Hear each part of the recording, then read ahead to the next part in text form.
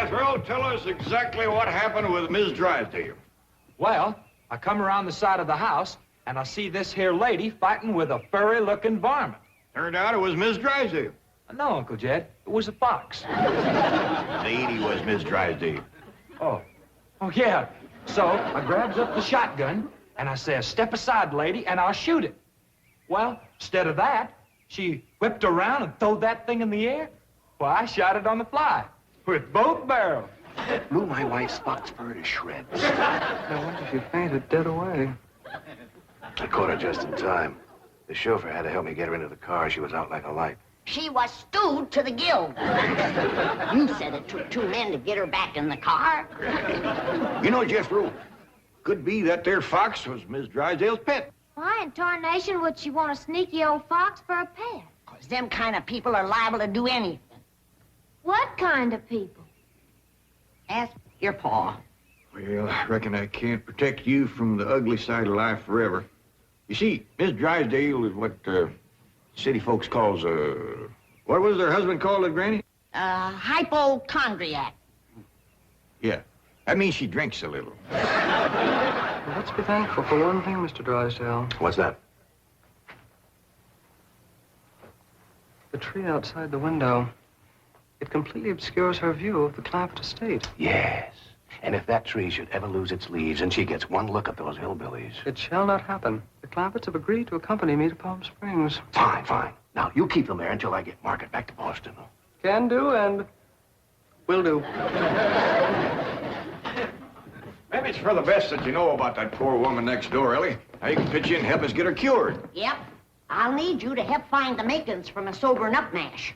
That's what I'll give her first. But Miss Jane said she was taking us to Palm Springs. Folks don't run off and leave the neighbors when he's in trouble. What all you gonna need for your sobering up mash, Granny? Well, most of the stuff I got. But it takes pecan root, wretchweed, sourdough, skunk oil, chimney soot, spider webs, horsebeard, snake wort, pepper leaves, chicken gizzards, stump water, coal oil, slippery elm ooze, and turpentine, and a few more things that's secret. Oh, and the biggest toad you can find. Granny, you use a live toad? That's just for testing. I give it a swaller to see how far it jumps. Last time Granny used a sobering up mash, set a new record. Clean over the top of Alverny Bradshaw's clothesline. That's tall jumping for a toad. Oh, this wasn't no toad. This was Alverny's husband, Homer. It was him Granny was sobering up. Wellie, if you're going out in the brush hunting stuff for Granny, you'd best put on some old clothes. Okay, Pop. Well, let's get it going.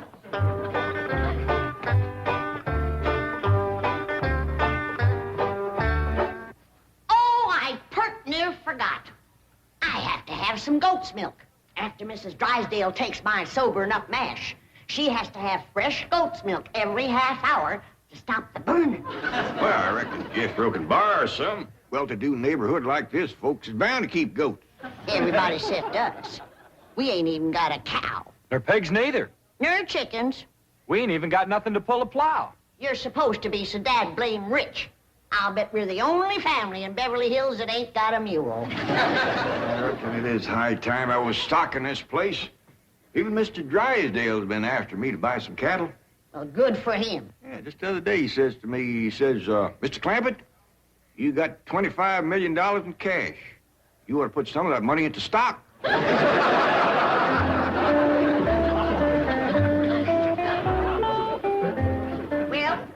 we better get busy now if we're gonna find... There goes that music again. Jethro, did you ever find out where that's coming from? No, sir, I didn't. Every time I went to looking for it, somebody always come to the door. This time I'm gonna find it for sure. Yeah, good hunting. Me and Granny will be figuring out what stock to buy.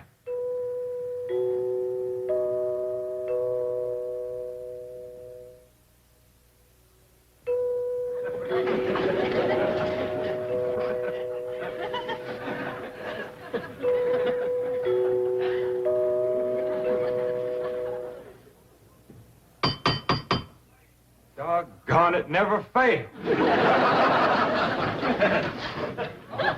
Howdy, Miss Hathaway. Oh, please stop calling me Miss Hathaway. Now, if I can call you by your first name, Jethro, surely you can do the same for me. But, Please? well, howdy, Miss Jethro. How about calling me Jane? I like that better. Well, are we all set to leave for Palm Springs? No, ma'am. Uncle Jed and me's going to town and buy some stock. Stock? Yes, ma'am. Mr. Drysdale, he told Uncle Jed he had ought to put some of his money into stock. He dictated a memo on that. But you needn't waste time driving into town. You can order your stock by telephone. Now, here are Mr. Drysdale's recommendations. He doesn't want your Uncle Jed to get a bum steer. Oh, Uncle Jed, he wouldn't buy no bum steer. They should be cautious in the bull market. You gotta be careful with cows, too. I don't need this list nohow. Me and Granny's already figured out what we want. That's right. A pair of goats, 3 pigs, 4 cows, a bull, a mule, and a dozen chicken. Reckon we get all that on the truck? Don't have to. Miss Hathaway says just call on the telephone and they bring them out. Oh, now, ain't that nice? Hello? Jed, I watched that banker feller. You have to stick your finger in them holes and spin her a while. All right.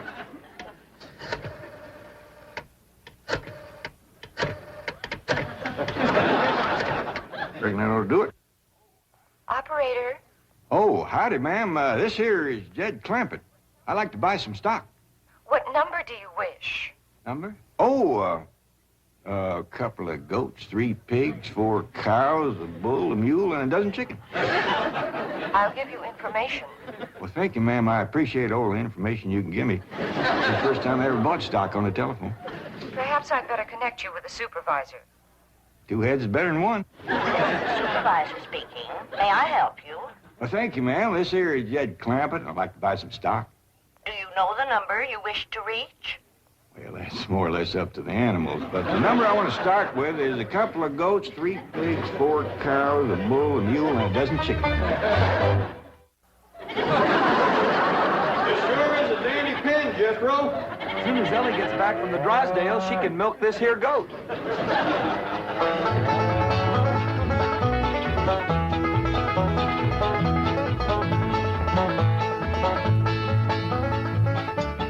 Mr. Drysdale sure has got a nice house, ain't he, Granny?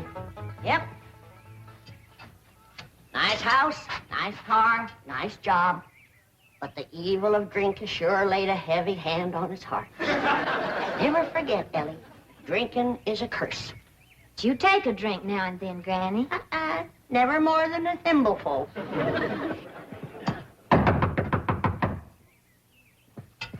Oh, Ellie, you might have to hold Mrs. Drysdale while I spoon my sobering up mash down her. I'll throw a double scissors and an arm lock on her. Just so you don't cut off her wind if she can't breathe. Howdy. We've come to see Miss Drysdale. I'm sorry, madam, but Mrs. Drysdale cannot be disturbed. Are you her kin?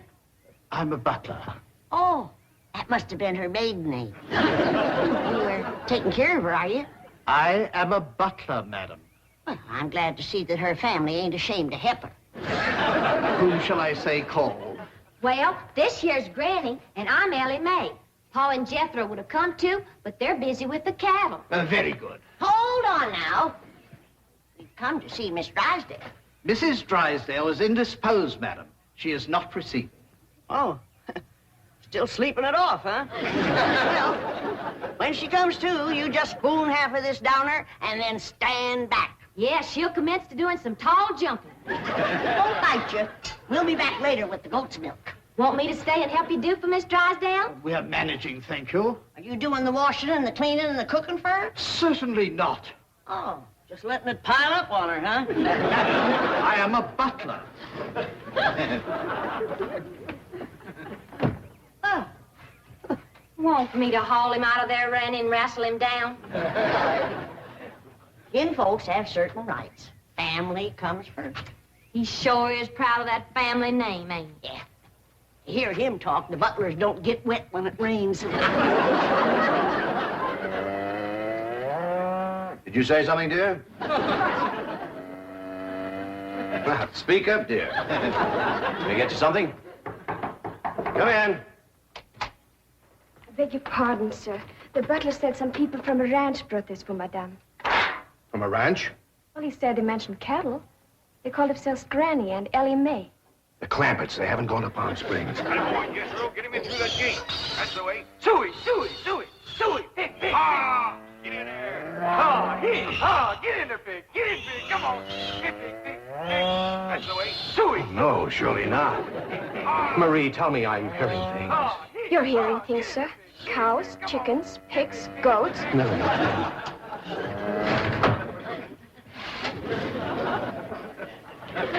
Anything I can do, sir? Pray, Marie. Pray. Yes, sir, Mr. Drysdale. I finally took your advice and put some of my money in stock. How's that goat milk, Ellie? Just fine, Pa. You sure is a dandy pen, Mr. Drysdale. Yeah, good stout fence around outside. Of course, that one across the middle ain't so much. Bulls already jumped it twice, and it ain't even mating season.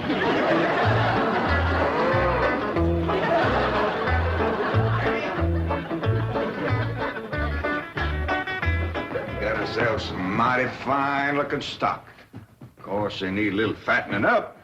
Mr. Drysdale happy to see him? Granny, he was so happy he couldn't talk.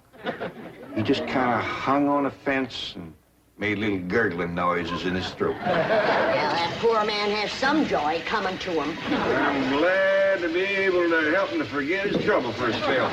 Here's the goat's milk, Granny. Oh, good, Ellie. Now, you run that right over to Mr. Drysdale. That sobering up mash smarts considerable unless you follow it up with fresh goat's milk. Ellie, Mr. Drysdale ever find his tongue? Yeah, Pa. Whilst I was milking the goat, I heard him kind of mumbling like he was giving thanks. He says, "Oh, what have I done to deserve this?" Lord love him. Ain't that pitiful? Hurry, child, now hurry.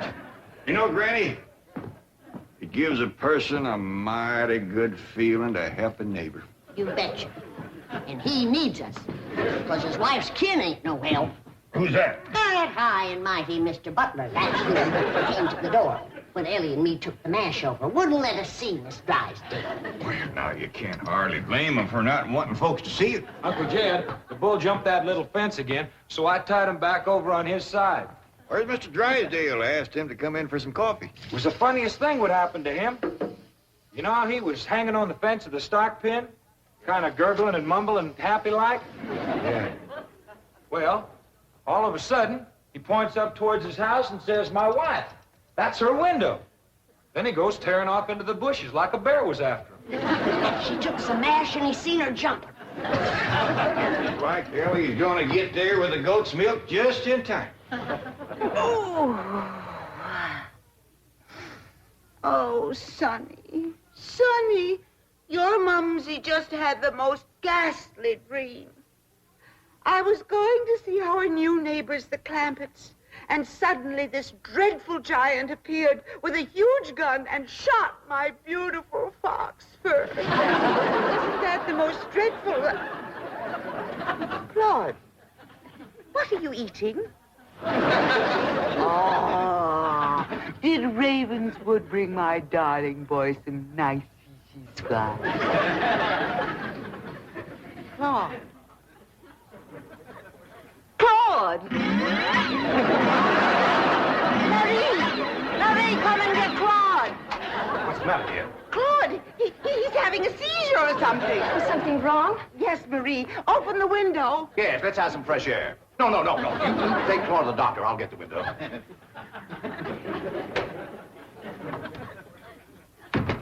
Well, darling, how do you feel? Dreadful. My nerves are shattered.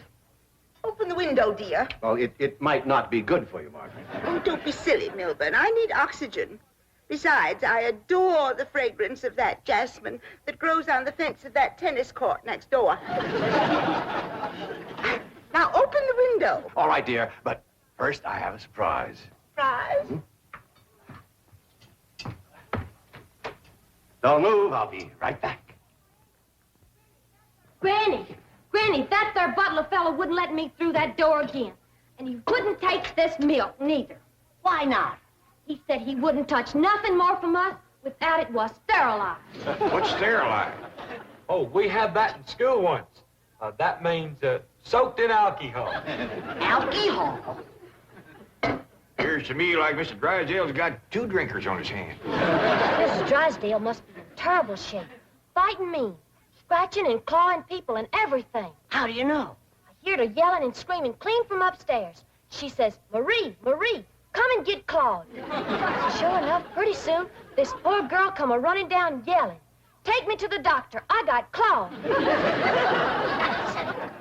Family or no family, that woman needs help, and by thunder, she's gonna get it.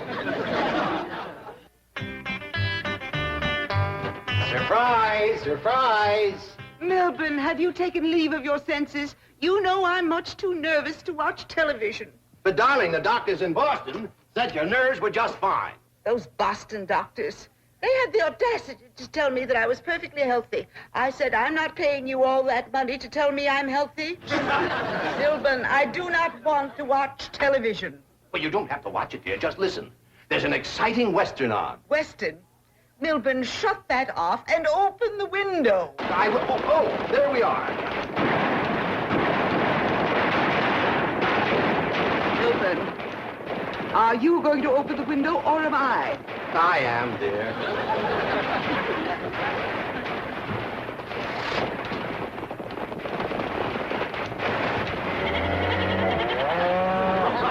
There, you see, the cattlemen and the sheepmen are fighting now. Well, if you won't turn it off, I will. Oh, dear, I do admit that's a very old plot, but I'm sure we can get something better. That's the window he pointed to right there. I've gotta get some fresh goat's milk up to that woman some way. I could shinny up the tree and climb right in that window. Oh, Jethro, it ain't fitting for a man to be in a woman's bedroom. How about me? No, Ellie. You're too young to handle somebody wrestling in the grip of old John Barleycorn. I gotta get up there and have a goat handy to milk ever so often. I think I got it figured out, Granny. What? I'll get a rope, throw it over that limb, hoist you up to the window. Jethro, you get that Mr. Butler away from the front door. Then, Ellie, you take the nanny goat, lead it upstairs to her room for Granny. All right, Paul. But that little goat ain't gonna do nothing unless it's got that little chicken sitting on his back. That's all right. Raw egg ain't going to do Mrs. Drysdale a bit of harm.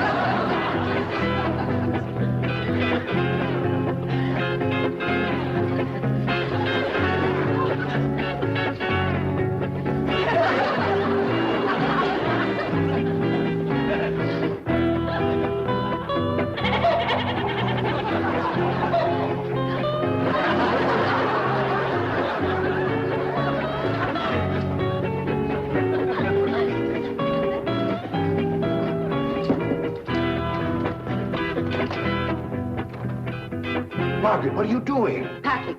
I'm leaving immediately. Oh, don't leave me. I love you. I love you too, Milburn. Why don't you come to Boston with me? You haven't seen Sonny for a long time. I don't understand. Why have you suddenly decided to go back to Boston? To see those doctors. Let them dare to tell me now I don't have a nervous condition. I'm even having hallucinations. It's wonderful. Hallucinations? I just saw a witch fly by that window, and there's a goat in the bathtub with a chicken riding on its back. Oh, you couldn't see them, dear. Only someone with my shattered nervous system. There goes the witch again. Oh, Milburn, I'm the happiest woman in the world. It's marvelous. Wait until those doctors hear this. Can't get in the attic and she won't open the window. Heist me up again. Here, Milburn. Let's have a vitamin toast to my coming triumph.